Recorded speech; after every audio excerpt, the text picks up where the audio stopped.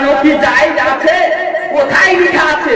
Brother ইসলাম দলিল মুখস্থ করে দেন, শুধু নোটও নয়, নোটও করেন, মুখস্থ করেন। যখন কোনো বেধর্মের মানুষ, যখন কোনো শয়তানের চেষ্টা কাটা মানুষ আপনার সম্মুখে ভুল ব্যাখ্যা করবে, তখন যেন তাকে আপনি সঠিক জ্ঞানটা পৌঁছে দিতে পারেন, তার কাছে সঠিক জ্ঞান পৌঁছে দিতে পারেন। কে কে চান বলেন তো? সঠিক জ্ঞান জানতে এবং মানুষের কাছে পৌঁছাতে চান? মাশাআল্লাহ, এখানকার লোক কিন্তু জাজবা মাশাআল্লাহ অত্যাধিক। বছর পর থেকে এটা আমি ফলো করছি না, এখন পর্যন্ত ওটাই দেখছি। আপনার জাজবা এটা রয়েছে, আপনাদেরকে শিখানো যায় না, আপনি কিছুদিনের মধ্যে অনেক কিছু শিখে যাবেন। এই জাজবা আমি দাঁত দিচ্ছি, এই জাজবার জন্য আপনাদেরকে আমি আপনাদের দেখে আনন্দিত হয়েছি।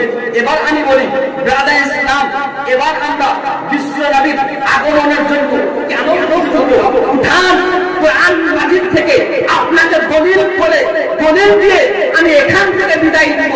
সেটা কি? আল্লাহ তাআলা কোরআন মাজিদের মধ্যে বলে যে ওমা আরসালনাকা ইল্লা রাহমাতাল লিল আলামিন, হে রাসূল আমি আপনাকে পাঠাইনি, প্রেরণ দুনিয়ার মধ্যে করিনি, কিন্তু করেছি পুরো দুনিয়ার জন্য রহমত বানিয়ে। জোরে বলবেন না সুবহানাল্লাহ। আল্লাহ তাআলা বলছেন, সেটা দলিল কোরআন মাজিদে সূরা আম্বিয়া আয়াত নাম্বার 107 এর মধ্যে আল্লাহ ঘোষণা করে প্রত্যেক বান্দা বান্দীকে জানিয়ে দিলে, হে আমার বান্দা বান্দীরা তোমরা শুনে নাও, জেনে নাও যে আমি রাসূলকে, আমার বন্ধুকে পাঠাইনি, কিন্তু পাঠিয়েছি শুধু পুরো দুনিয়ার জন্য রহমত বানিয়ে। পুরো দুনিয়ার মধ্যে মানুষ রয়েছে, পুরো দুনিয়ার মধ্যে গাছ রয়েছে, পালা রয়েছে, জিন রয়েছে। প্রাণী ইসলাম প্রত্যেকটা জিনিসের জন্য আমার নবীকে রহমত বানিয়ে পাঠিয়েছেন। অপর এক আয়াতের মধ্যে সূরা ইউনূস আয়াত নাম্বার 58 এর মধ্যে কত সূরা বললাম?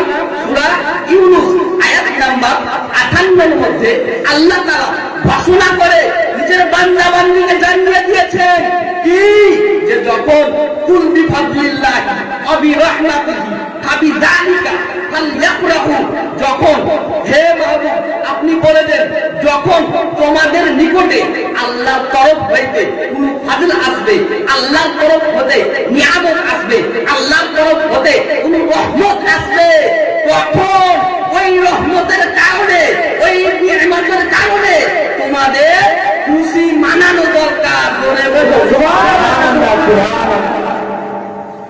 কিসের কারণে গো? আল্লাহর নিয়ামত আসবে, আর ওই নিয়ামতের কারণে তোমাদের খুশি মানানো দরকার। রহমত বলেছে, আমি আগে কিন্তু আপনাকে প্রমাণ করেছি সূরা আম্বিয়া আয়াত নাম্বার 107 হতে, যে আল্লাহ তাআলা আমার নবীকে রহমত বানিয়ে সৃষ্টি করেছেন, আর আমার নবী যদি রহমত হন। আর আল্লাহ অপর আয়াতে বলছেন, যখন আমি কোন রহমতকে পাঠাবো তোমাদের নিকটে পৌঁছাবে, কোন নিয়ামতকে পাঠাবো তোমাদের নিকটে পৌঁছাবে, তখন সেই রহমত পেয়ে, তখন সেই নিয়ামত পেয়ে তোমাদেরকে খুশি বানানো দরকার। আমার নবী যদি রহমত হয়, আমার নবী যদি নিয়ামত হয়, তাহলে সেই নবী যদি এই রবিউল আউয়াল মাসের 12 তারিখে দুনিয়াতে আগমন ঘটান, সেই দিনে যদি আমি খুশি বানাই, হারাম কোথা থেকে হবে? হালাল অবশ্যই হবে। সুবহানাল্লাহ, সুবহানাল্লাহ। কথা বুঝতে পারেন না? বুঝতে পেরে গেছেন?